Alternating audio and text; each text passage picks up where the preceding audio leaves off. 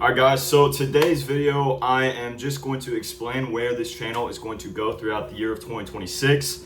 A lot of what I have planned, and not only that, but the main focus of this video is going to be one thing that I'd highly recommend everyone to do. Not financial advice, but this is what I would definitely do if I was going to be wanting to get into crypto market here shortly in order to buy some coins whenever we are currently, at some pretty good prices right now, but into the future, if things continue to decline and you still believe in crypto, this is what I would do if I was looking to get into the market. The very first thing and the principles that I would have instilled to make sure that I am in a very good place to enter the market without compromising myself to any external factors and internal factors. And again, I'll get into what exactly that is. But first of all, this segment is going to specifically go over where the channel is going to be headed in 2026, my thoughts on this.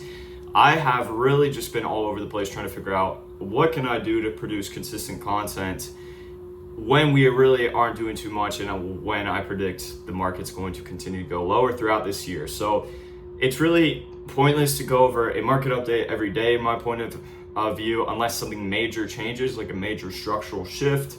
If something like that were to happen, then that would be, of course, a topic that would need to be discussed.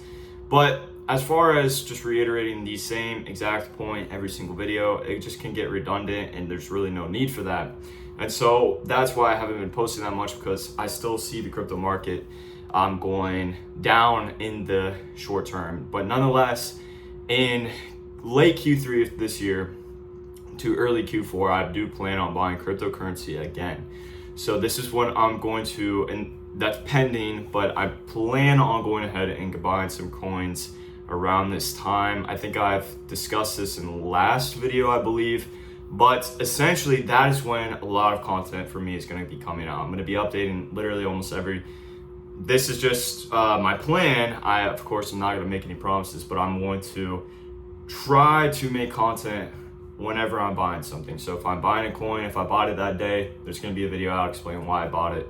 But realistically, I'm going to be DCAing into a good bit of coins, around 5 to 6 of them.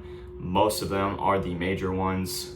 So, really nothing to say much more than that, unless some opportunity comes up. So I am in a group called Kaizen. That is a group I joined. That's Brian Jung's group, one of the biggest crypto YouTubers. I'm in his group. If you want to join that, the link will be in the description below. They are doing a lot of cool stuff in there. They just released Genesis, which is a very cool platform that I think is going to be really cool to see how that continues to evolve. But they're also evolving in a lot of other areas, cleaning it up. And I'm very excited to see what their group can produce for this next bull run, because if you don't know, when I first heard of Kaizen, Aerodrome Finance, they called that in that group for around 8 cents. I got into Aerodrome from Brian's free video at around 60 cents. And so obviously that's a very big difference, that we went from 8 cents to Aerodrome to around $2.30, $2.40 at that high. That's a very big jump. And they were able to catch that. And then they had Ski Mask Dog, which I was able to get into around 3 cents. I believe they had called that at a fifth of a cent, like 0.002 cents, or dollars, which is just crazy. So there's a lot of opportunity within that. And I think that they are going to be cooking up some really cool plays. And yeah, I'm very excited to see what they bring. I'm not so sure if I'll be sharing that stuff, since that would ruin the whole point of the group.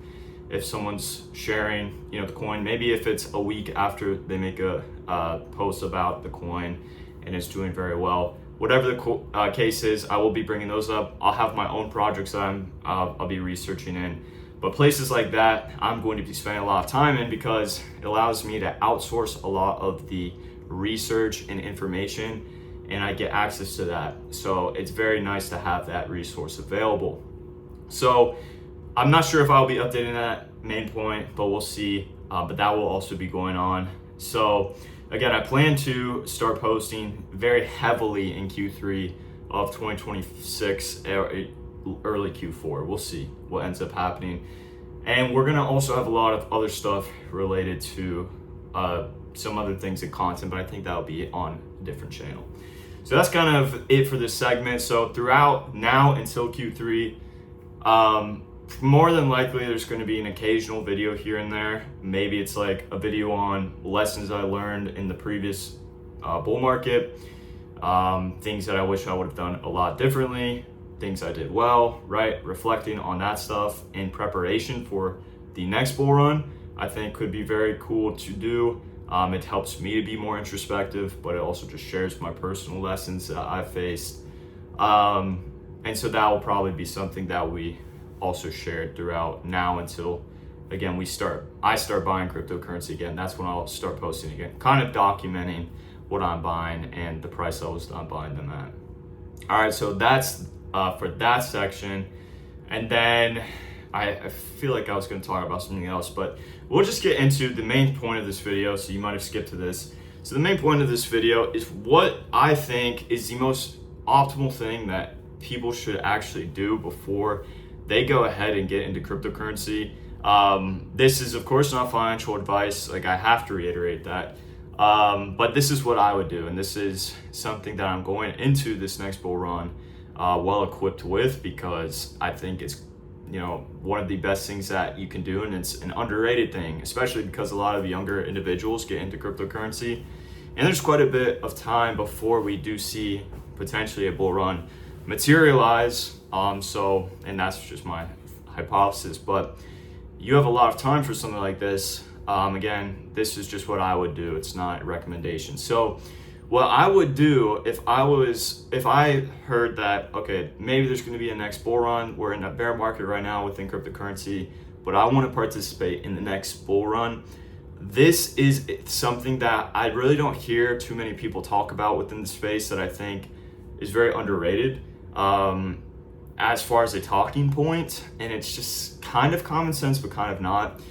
But in the space of crypto, a lot of people who get into it are using almost all of their capital that they have at their disposal, sometimes even touching into their Roth IRAs, their emergency savings accounts that they're not supposed to touch.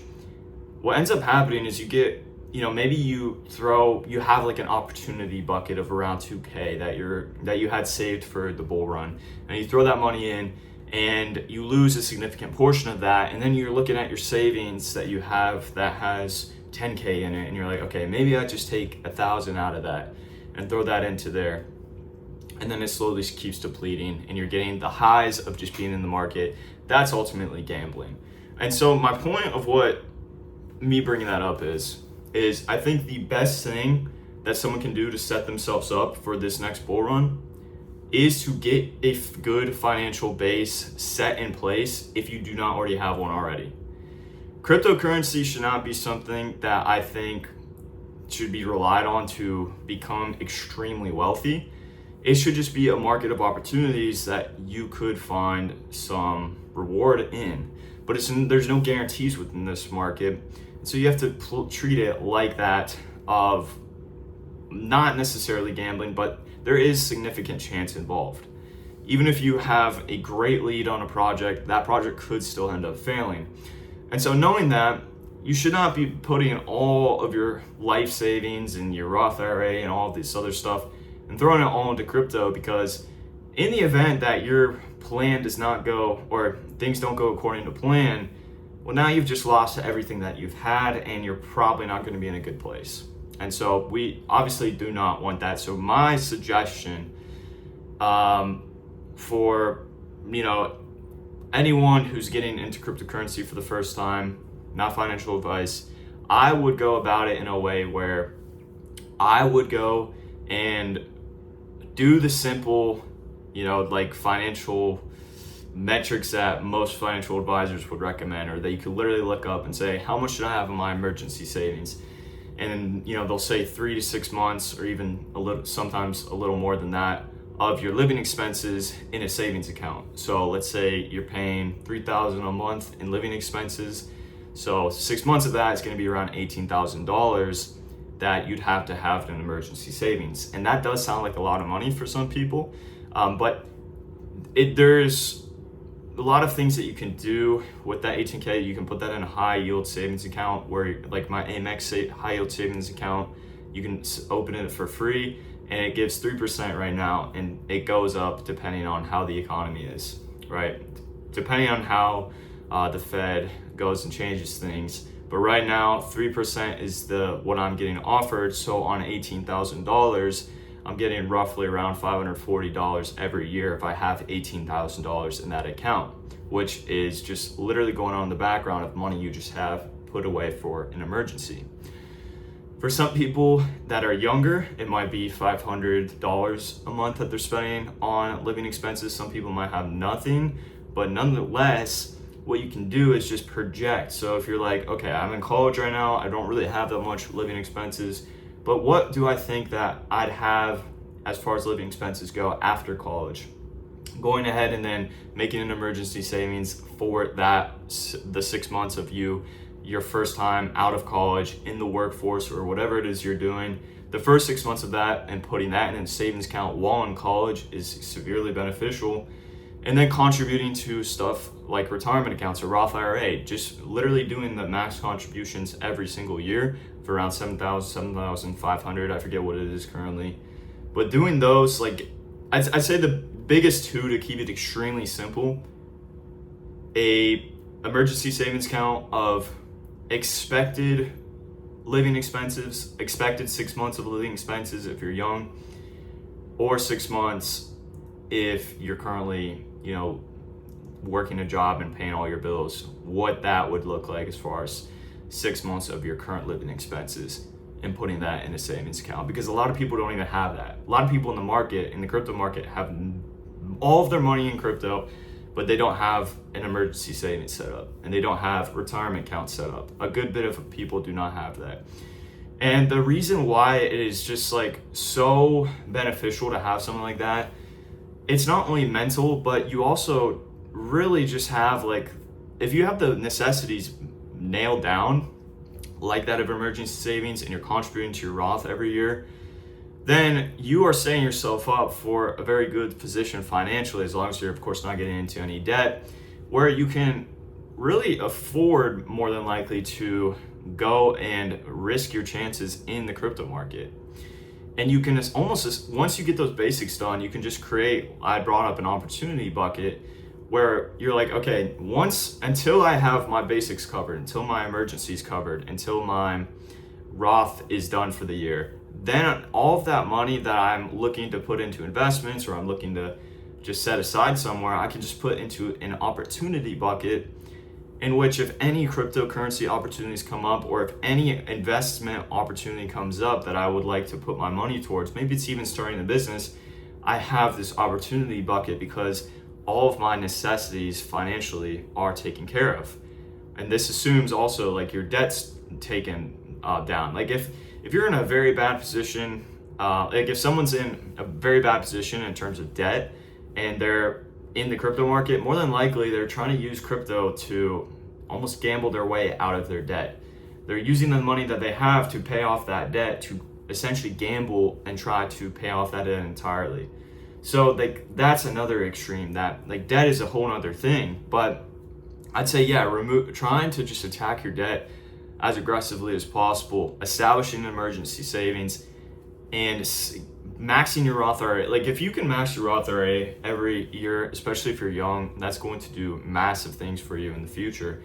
But again, like, psychologically, now you have a great financial base, and literally just not allowing yourself to touch any of that money, and just keeping it in, like, keeping the money you want to put into crypto in an opportunity bucket. Once you have all of those basics covered, that is probably one of the best things that you can do to set yourself up for pretty good success within the market, because you're removing a lot of the financial anxiety that comes with cryptocurrency.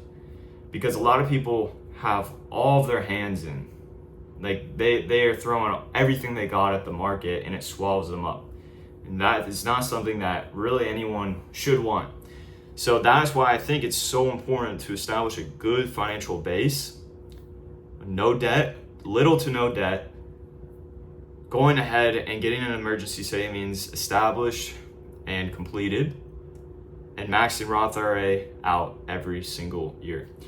So, for example, like, let's say you have nothing in your emergency savings account, and again, $3,000 in living expenses, you would need again $18,000 to put in your emergency savings, and then an extra $7,000, let's say, just say $7,000 to put into the Roth. That's $25,000 you'd have to put away for 1 year. So let's say you do that, but you only were able to put 1 to 2K in your opportunity bucket.